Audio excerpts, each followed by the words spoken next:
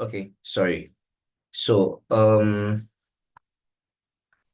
I think I was speaking, but my mic was muted. So, I said we're going to talk about variables today, right? And then I just Googled this, and we can see that a variable in programming is a named storage location that holds a value or data. So, variable is actually just holding something. So, for example, if I say Daniel, right? Daniel is like a variable name. It's holding data like Daniel's eyes, like maybe his stomach, his skills or something. Just, I mean, you can look at it that way, or like just the way you see nouns, right?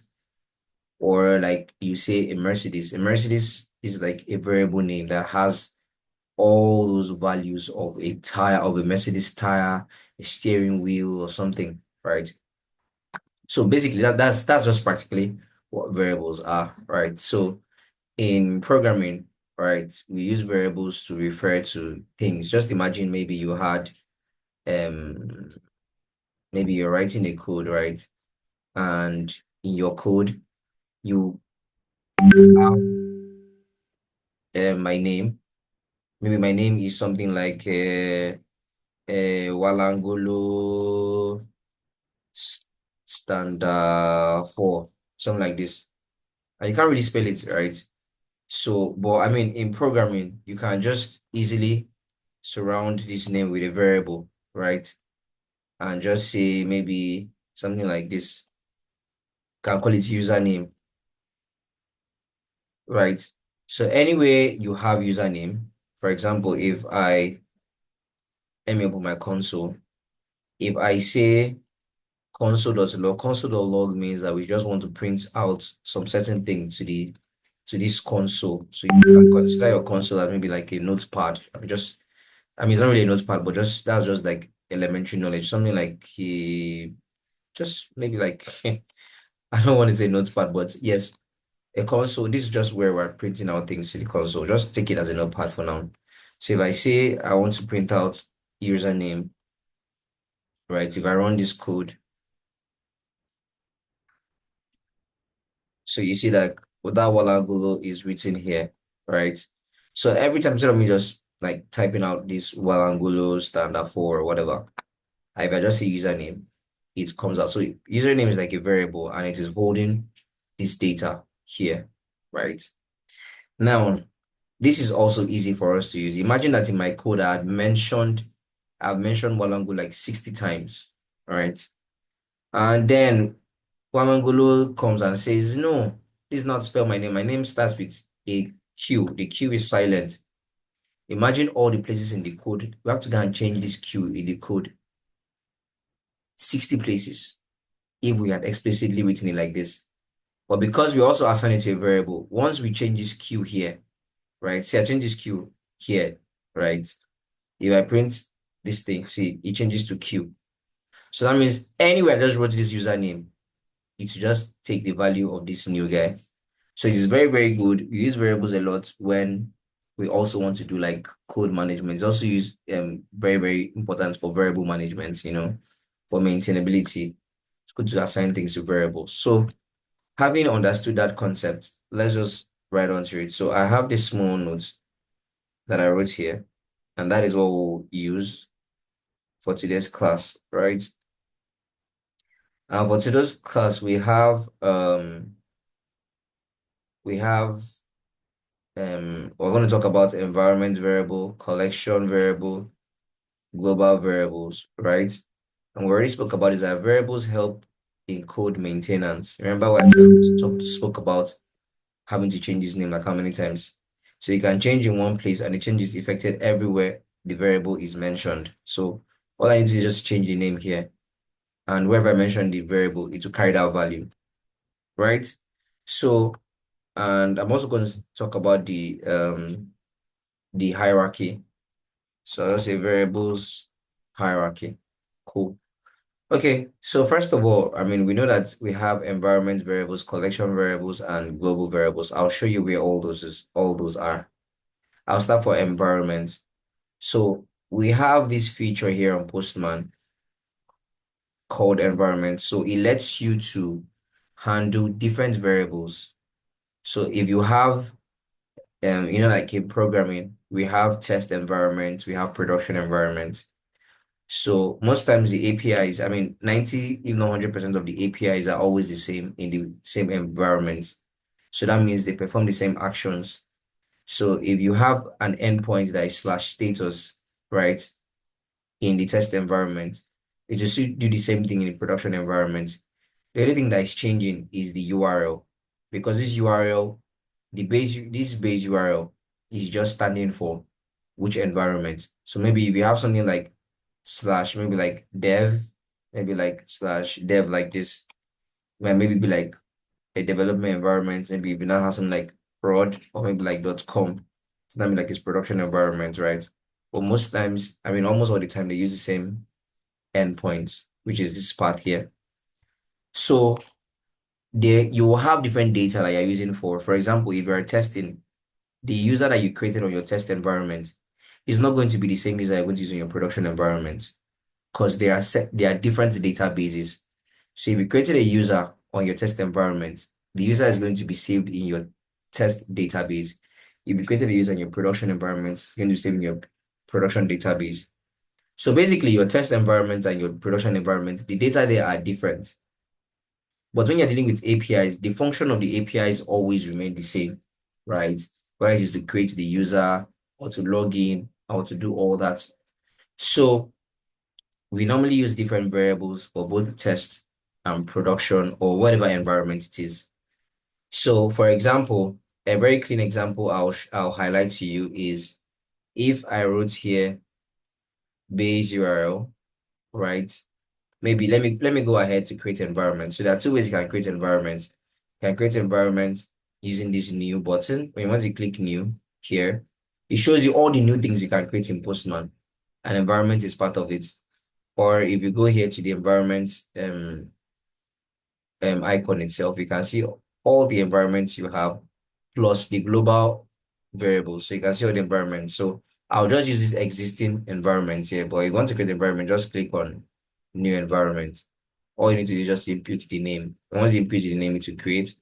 Then you can now, in fact, it's already created, right? So you just need to edit the name. Then you can now add the variables, the variable name, and then their value. For example, you can say girl, and the value will now be big eyes, brown hair, straight leg, flat tummy, and all that. So those are the values of the object girl. Just saying, for example. Cool. Now we have initial and current value. The current value is what Postman is always going to be picking at any single time. But if you want to export your environment to somebody else, it's always good for you to persist the initial value too. Same thing with your collection. So always make sure that you have some values in the initial value. You want to export it.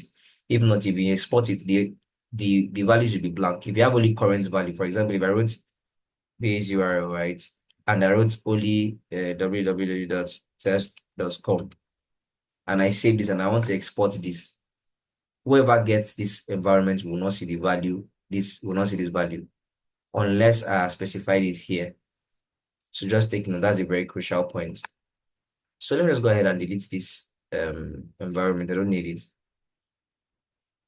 So I'll use these ones that are here, production and test environment, just to simulate what I want to say.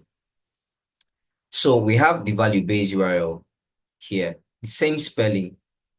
Always make sure that the same spelling. So the same spelling here is, you see the base URL, the way it's spelled here. And you see the base URL here is a different spelling.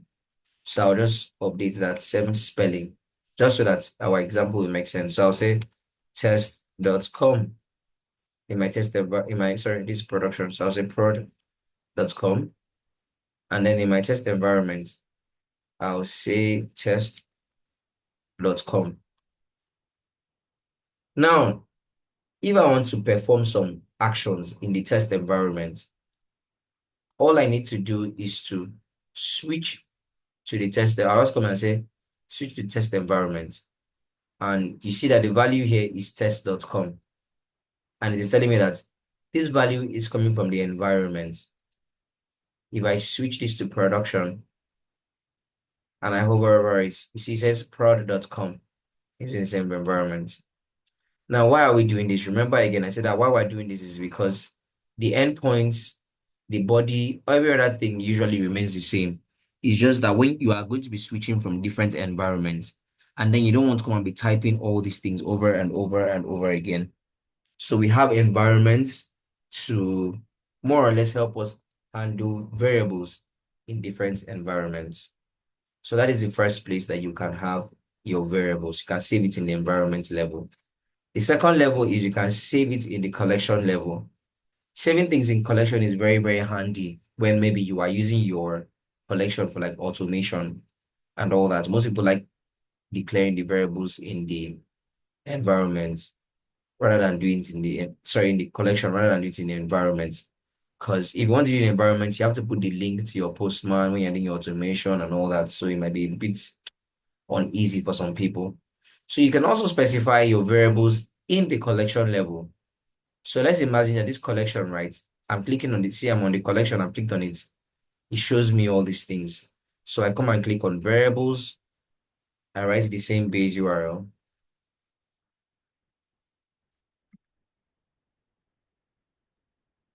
And then I say, what's the value? Let me say collection.com,